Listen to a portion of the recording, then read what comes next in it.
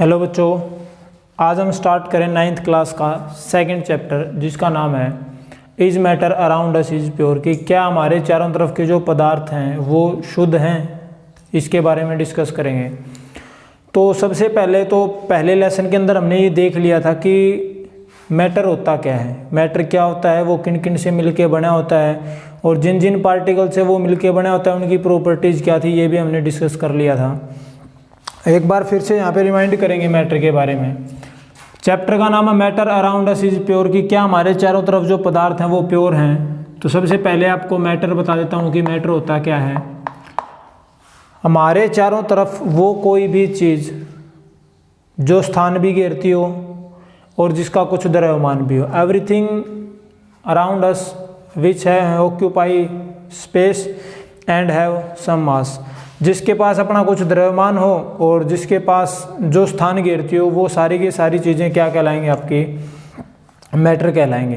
Properties क्या थी वो फर्स्ट यूनिट के अंदर या फर्स्ट चैप्टर के अंदर हम डिस्कस कर चुके हैं। अब आता है मैटर का क्लासिफिकेशन। वैसे तो बहुत ज़्यादा वाइड एरिया है आपका साइंस का, लेकिन यहाँ अगर हम एक मोटी तौर पे अगर बात करें on the basis of microscopic level कह दूँ, मैं बल्क लेवल कह दूँ या मैक्रोस्कोपिक लेवल कह दूं,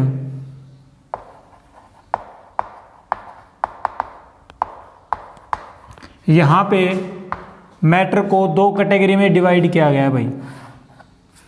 एक प्योर सब्सटेंस और दूसरा है आपका इम्प्योर सब्सटेंस। इम्प्योर कह दें या मिक्सचर कह दें भाई, ठीक है। एक बड़े लेवल की अगर मैं बात करूं, बल्क लेवल के ऊपर अगर मैं बात करूं, तो मैटर को हमने दो कैटेगरी के अंदर क्लासिफाई कर दिया। पहला आपका प्योर सब्सटेंस और दूसरा है इम्प्योर सब्सटेंस। इसको बोलते हैं शुद्ध और इसको बोलते हैं भाई मिश्रण कह सकते हैं या अशुद्ध कह सकते हैं, ठीक है। प्योर सब्सटेंस क्या होंगे, इम्प्योर क्या होंगे, यानी कि शुद्ध पदार्थ किसे कहेंगे और अशुद्ध या मिश्रण किसे कहेंगे। सबसे पहले मैं बात कर लेता हूँ प्योर की। प्योर सब्सटेंस कौन से होते हैं भाई, यानी शुद्ध पदार्थ वे पदार्थ होते हैं जो केवल एक ही प्रकार के पार्टिकल से मिलके बने होते हैं। वो पदार्थ जो केवल एक ही प्रकार के पार्टिकल से या कणों से, एटम से मिलके बने होते हैं, मॉलिक्यूल से मिलके बने होते हैं, वो कहलाते हैं आपके प्योर सब्सटेंस।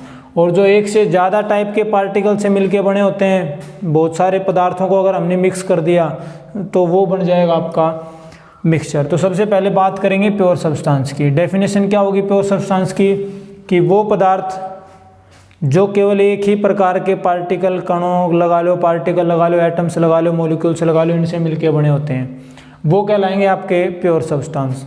प्योर सब्सटेंस को क्लासिफाई कर दिया दो चीज़ों में, दो पार्टों में डिवाइड कर दिया। एक तो आपका एलिमेंट जिसको बोलते हैं तत्व, और दूसरा होगा आपका कंपाउंड जिसको बोलते हैं यौगिक, ठीक है। इन दो पार्टों में डिवाइड कर दिया। अब एलिमेंट क्या होंगे और कंपाउंड क्या होंगे। देखो एलिमेंट किसे कहेंगे, वो pure substance, Dooj pure substance which is made up of only one kind of particles. जो इसकी डेफिनेशन थी ना, कुछ वही सेम डेफिनेशन एलिमेंट्स की रहने वाली है। वो पदार्थ जिसके अंदर केवल एक ही प्रकार के परमाणु, एक ही प्रकार के कण या एक ही प्रकार के मॉलिक्यूल्स कहते हैं, अणु पाए जाते हैं, वो कहलाएगा आपका एलिमेंट्स। जैसे मैं बात करूं सोडियम की, ठीक है। अब जो सोडियम है, मान लीजिए ये सोडियम का आपका एक, ये सोडियम ले लिया हमने, इसके अंदर जितने भी पार्टिकल होंगे वो सारे के सारे पार्टिकल क्या होंगे भाई, सोडियम के होंगे और किसी के नहीं होंगे, ठीक है। अगर मैं गोल्ड की बात करूं, सोने की, तो सोने के अंदर भी क्या होगा, सारे के सारे पार्टिकल किसके होंगे, सोने के होंगे, ठीक है। अगर मैं हाइड्रोजन की बात करूं, मान लीजिए मैंने H2 ले लिया, ये क्या है, इसके अंदर दो हाइड्रोजन है, एक ये और एक ये, दोनों के दोनों क्या हैं, दोनों के दोनों एटम किसके हैं, हाइड्रोजन के हैं। तो वो कोई भी पदार्थ जो केवल एक ही प्रकार के एटम से या पार्टिकल से मिलके बने होते हैं उनको बोलते हैं हम एलिमेंट। अगर एग्जाम्पल की बात पूछा जाए तत्व या एलिमेंट किसे कहेंगे, तो सोना, चांदी, सोडियम, पोटाशियम, जितने भी हैं, कैल्शियम, क्लोरीन, जो भी हैं आपके, ये सारे क्या हैं भाई, एलिमेंट्स हैं। ठीक है, उसके बाद बात आती है कंपाउंड की, कि कंपाउंड किसे कहेंगे। एलिमेंट्स होते हैं made up of only one kind of particle, यहाँ पे तो मिलेंगे वन काइंड ऑफ पार्टिकल। ठीक है, जब बात करते हैं कंपाउंड की, तो ये क्या होते हैं भाई, more than one kind of particle, more than one kind of particle. ये इसकी अगर मैं एक डेफिनेशन और बताऊं आपको यौगिक की, जो दो या दो से ज़्यादा टाइप के एलिमेंट से मिलके बने होते हैं, इनका दूसरा अगर मैं डेफिनेशन बताऊं, कॉम्बिनेशन ऑफ टू और more elements, combination of two or more elements in a fixed ratio of masses। कहने का मतलब क्या है कि एलिमेंट के अंदर तो हमने कह दिया कि जो एक ही टाइप के पार्टिकल से मिलके बने होंगे वो पदार्थ कहलाएंगे एलिमेंट। कंपाउंड में क्या होगा, जो एक से ज़्यादा टाइप के पार्टिकल जिसके अंदर इंक्लूड हो। एक से ज़्यादा टाइप के पार्टिकल का मतलब क्या हो गया, यहाँ मान लीजिए मैंने H2 लिया था, एक से ज़्यादा टाइप के पार्टिकल तो नहीं है, दोनों के दोनों किसके हैं, हाइड्रोजन के हैं। अगर मैं यहाँ ले लेता हूँ H2O, तो देखो दो एटम तो हाइड्रोजन के हैं और एक क्या है आपका, ऑक्सीजन का। दो हाइड्रोजन के और एक ऑक्सीजन का, एक से ज़्यादा एलिमेंट हो गए ना, तो या तो एक से ज़्यादा एलिमेंट का जो कॉम्बिनेशन होगा वो कहलाएगा आपका कंपाउंड, या मैं ये कह सकता हूँ एक से ज़्यादा टाइप के पार्टिकल इसके अंदर इंक्लूड होंगे। तो एक टाइप का पार्टिकल तो हाइड्रोजन हो गया और दूसरी टाइप का पार्टिकल कौन हो गया आपका, ऑक्सीजन। तो कंपाउंड क्या कहलाएगा, कॉम्बिनेशन ऑफ टू और मोर एलिमेंट्स। हाइड्रोजन है वो आपका एक एलिमेंट है, ऑक्सीजन है वो आपका एक एलिमेंट है, दोनों ने मिलके क्या बना दिया, एक कंपाउंड बना दिया भाई। ठीक है, तो ये कुछ जानकारी थी आपके एलिमेंट और कंपाउंड के बारे में। बल्क लेवल मैटर क्या होता है पता चल गया। बल्क लेवल पे दो कैटेगरी के अंदर डिवाइड कर दिया हमने मैटर को, एक प्योर सब्सटेंस और दूसरा इम्प्योर सब्सटेंस। प्योर सब्सटेंस वो होते हैं जिसके अंदर एक ही टाइप के पार्टिकल इन्वॉल्व होते हैं, वो प्योर सब्सटेंस। और मिक्सचर के अंदर हम बहुत सारे ज़्यादा टाइप के सब्सटेंस यूज़ कर लेंगे, आगे पढ़ेंगे जब डिटेल में। एक से ज़्यादा टाइप के सब्सटेंस, ध्यान रखना यहाँ बात कंपाउंड की जब बात करेंगे तो यहाँ एक से ज़्यादा टाइप के पार्टिकल इंक्लूड होंगे, यहाँ एक से ज़्यादा टाइप के सब्सटेंस यूज होंगे। ठीक है, जब आगे करेंगे तो बता देंगे। तो कंपाउंड क्या होगा, एक एलिमेंट तो एक ही टाइप के पार्टिकल से मिलके बने होंगे, और कंपाउंड जो होंगे आपके वो होंगे more than one kind of particle. या मैं ये कह सकता हूँ कि एक से ज़्यादा तत्वों का जो संगठन होगा, कि दो या दो से ज़्यादा तत्व जब आपस में मिलते हैं तो वो निर्माण करते हैं आपके यौगिक का या कंपाउंड का। ठीक है, जैसे मैं एग्जांपल और ले लेता हूँ भाई, मान लीजिए HNO3 हो गया, HNO3 ये भी क्या है, एक हाइड्रोजन हो गया, नाइट्रोजन हो रहा है, ऑक्सीजन हो गया, तीनों का क्या हो गया, कॉम्बिनेशन हो गया। तो तीनों एक निश्चित रेशियो के अंदर, ये ध्यान रखना, in fix ratio of masses, इनके मास का जो रेशियो रहेगा, इनके द्रव्यमान का जो अनुपात रहेगा वो फिक्स रहेगा भाई। ये नहीं है यहाँ HNO3 के अंदर इनका अलग रेशियो रहेगा, दूसरे HNO3 के अंदर अलग, ऐसा नहीं होगा। तो ध्यान रखना, एलिमेंट्स क्या होते हैं, कंपाउंड क्या होते हैं। और उसके बाद अब बात करेंगे एलिमेंट्स को कितने पार्टों के अंदर डिवाइड कर दिया हम, और अब उसके बाद फिर करेंगे कंपाउंड। ठीक है,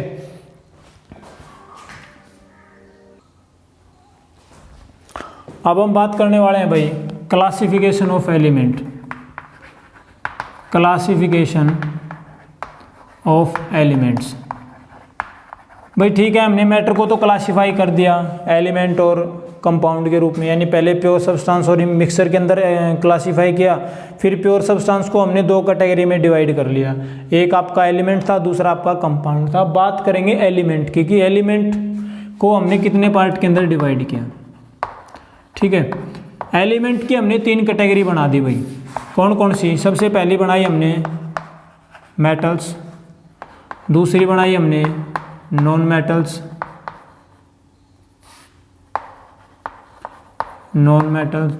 और तीसरी बनाई हमने मेटलॉइड्स।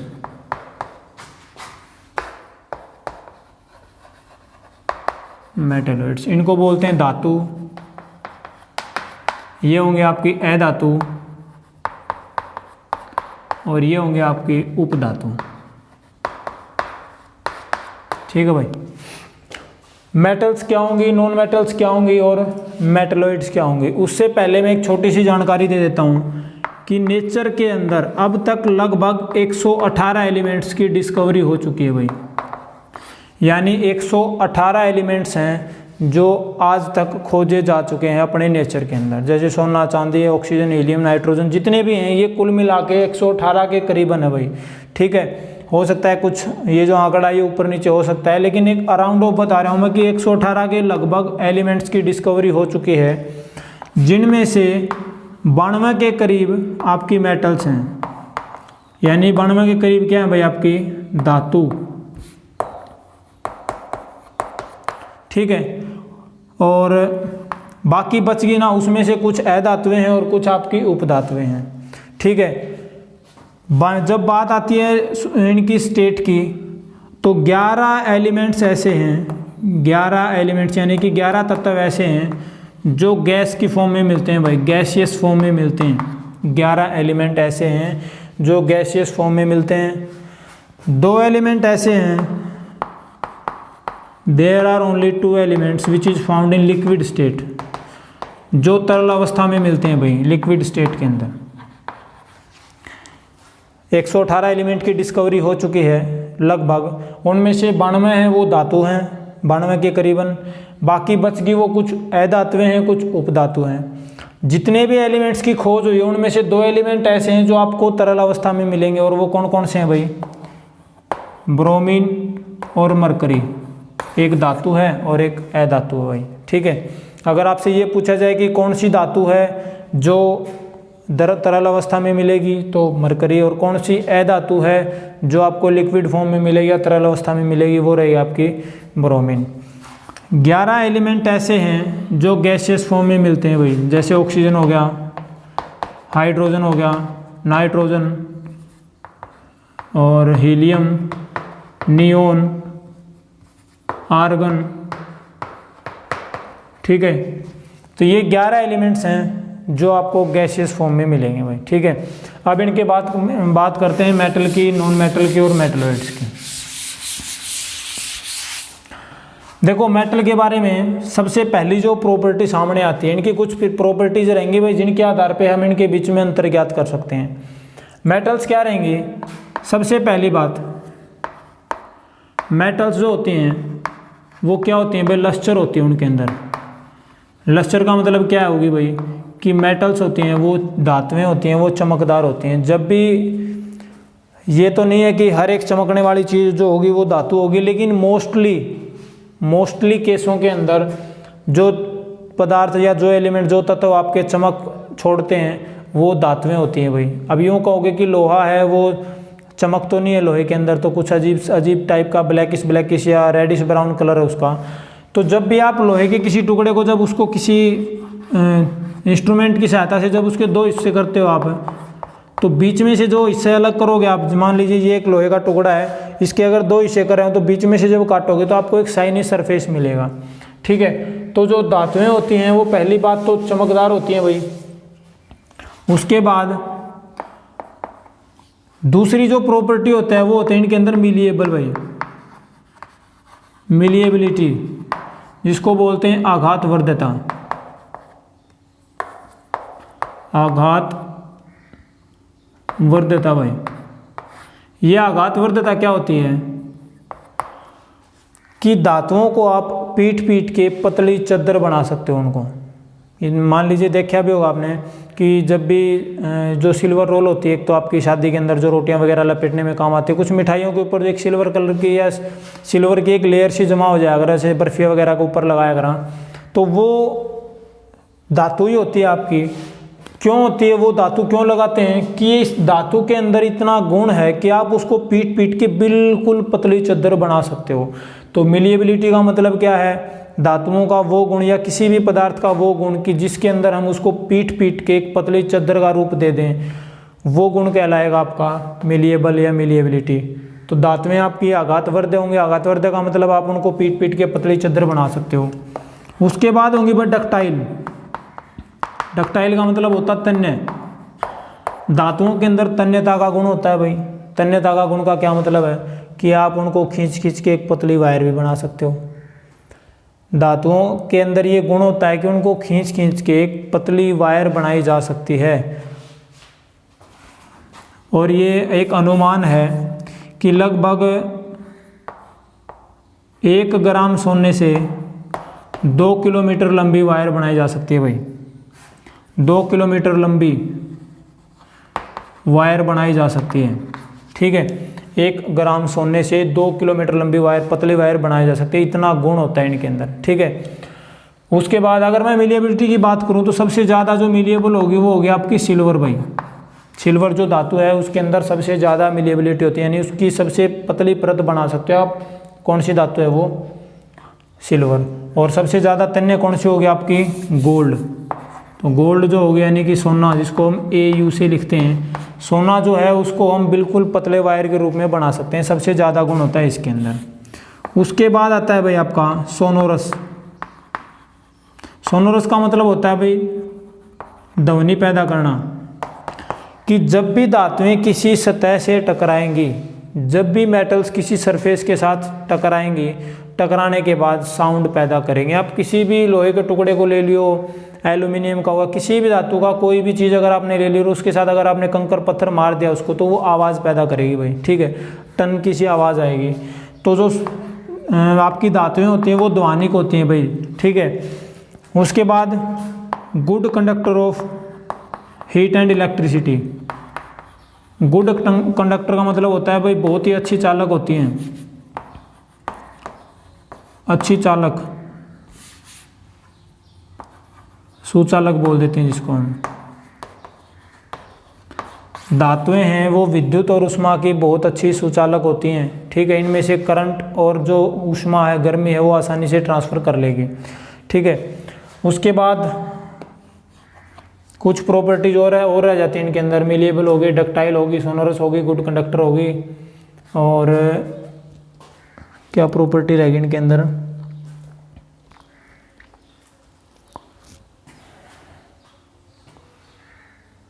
मेरे हिसाब से तो आगे भी, ठीक है। तो ये मेन प्रॉपर्टीज़ हैं जो हम मेटल और नॉन मेटल के बीच में, जिसके द्वारा हम डिफ्रेंशिएट कर सकते हैं कि ये मेटल होगी आपको और ये नॉन मेटल होगी। एक चीज़ और भाई, मेटल्स होती हैं वो आपकी हार्ड होती हैं, हार्ड यानी कठोर होती हैं, लेकिन एक केस आता है सोडियम और पोटासियम का। सोडियम, पोटासियम और एक कैल्शियम। कैल्शियम तो इतनी ज़्यादा सॉफ्ट नहीं होती, सोडियम और पोटासियम इतनी ज़्यादा सॉफ्ट होती है, इतनी ज़्यादा नरम होती है कि इनको आप चाकू से काट सकते हैं। जब 8th क्लास में थे शायद किया भी होगा मेटल और नॉन मेटल वाले चैप्टर में, ठीक है। तो ये कुछ प्रॉपर्टीज़ हैं मेटल की। अगर उसके बाद मैं बात करूँ नॉन मेटल की, तो नॉन मेटल में क्या होगा? देखो भाई, नॉन मेटल के अंदर लस्टर नहीं होगी, यानी जो धातुएं होंगी वो चमकदार नहीं होंगी। लेकिन एक धातु है भाई जिसका नाम है आयोडीन। आयोडीन, ठीक है, आई से लिखते हैं जिसको। ये एकमात्र ऐसी धातु है जिसके अंदर चमक होती है, ठीक है। दूसरा, इनके अंदर ये ना तो आघातवर्धक होती और ना ही ये तन्य होती है, यानी ना तो इनको धातुओं को ना तो आप पीट पीट के पतली चादर बना सकते हो और ना ही इनको एक वायर के रूप दे सकते भाई आप, ठीक है। उसके बाद आता है भाई सोनोरस। ये सोनोरस भी नहीं होती इनके अंदर, यानी जब भी धातुओं को किसी सरफेस से टकराओगे तो उनके अंदर कोई भी साउंड पैदा नहीं होगा। उसके बाद आता है गुड कंडक्टर, यानी जो धातुएं हैं वो गुड कंडक्टर नहीं होती। These are the bad conductor of heat and electricity. कौन? Non metals. तो नॉन मेटल्स हैं वो बैड कंडक्टर होंगे हीट और इलेक्ट्रिसिटी की। बट यहाँ एक एग्जांपल आता है भाई ग्रेफाइट का। Graphite, graphite is only non metal which can conduct electricity, यानी ग्रेफाइट एक मात्र ऐसी धातु है जो इलेक्ट्रिसिटी को कंडक्ट कर लेगी भाई, ठीक है। ये इलेक्ट्रिसिटी कंडक्ट कर लेगी। और इसका कारण क्या है, जब आप हायर क्लासेज में हो जाओगे तब पता भी चल जाएगा। क्योंकि किसी भी ऑब्जेक्ट में से, या मैं कहूँ किसी भी एलिमेंट्स में थे, करंट तभी पास होगा जब उसमें फ्री इलेक्ट्रॉन होंगे।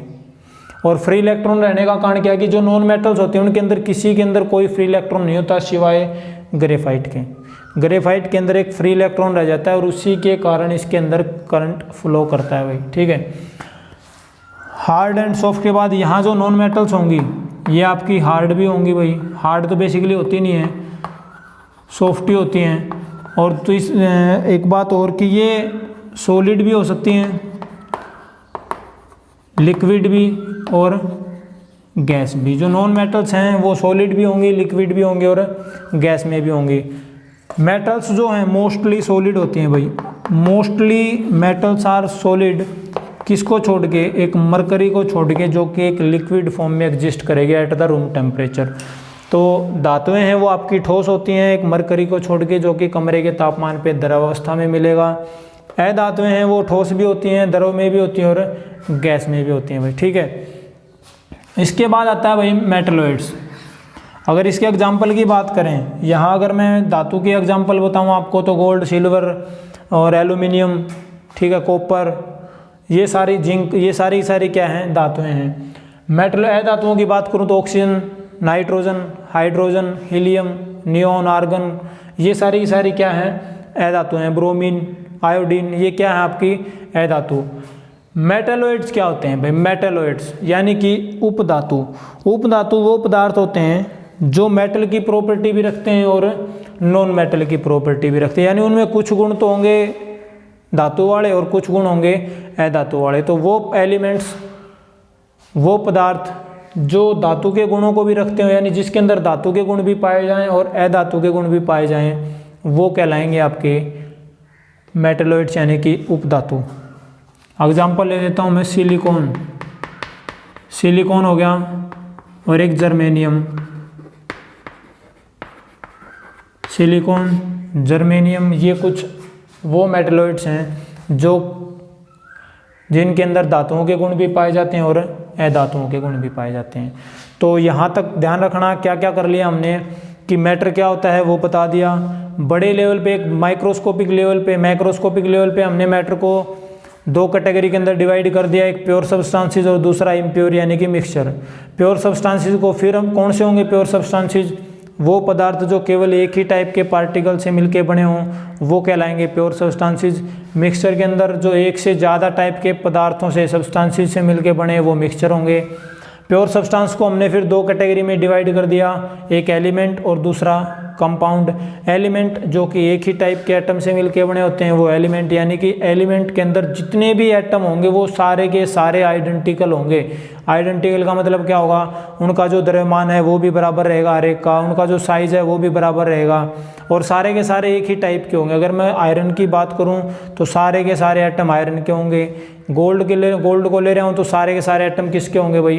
गोल्ड के। तो जिस भी एलिमेंट को आप उठाओगे उसके अंदर सारे के सारे जो एटम्स होंगे वो एक ही टाइप के होंगे, ठीक है। उसके बाद आता है आपका एलिमेंट के बाद आता है कंपाउंड। कंपाउंड एक से ज़्यादा एलिमेंट्स को जब हम कंबाइन कर देते हैं, एक से ज़्यादा एलिमेंट को जब हम कंबाइन कर देते हैं तो जो संगठन, जो कॉम्बिनेशन हमें प्राप्त होगा वो कहलाएगा आपका कंपाउंड। और कंपाउंड जैसे पानी हो गया, नाइट्रिक एसिड हो गया, H2SO4 हो गया, ये क्या है आपके? ये हैं आपके कंपाउंड भाई, ठीक, क्योंकि इनमें एक से ज़्यादा टाइप के पार्टिकल यूज़ हो रहे हैं। अगर मैं H2SO4 की बात करूँ, H2SO4, तो देखो एक हाइड्रोजन भी यूज़ हो रहा है इसके अंदर, सल्फर भी और ऑक्सीजन भी।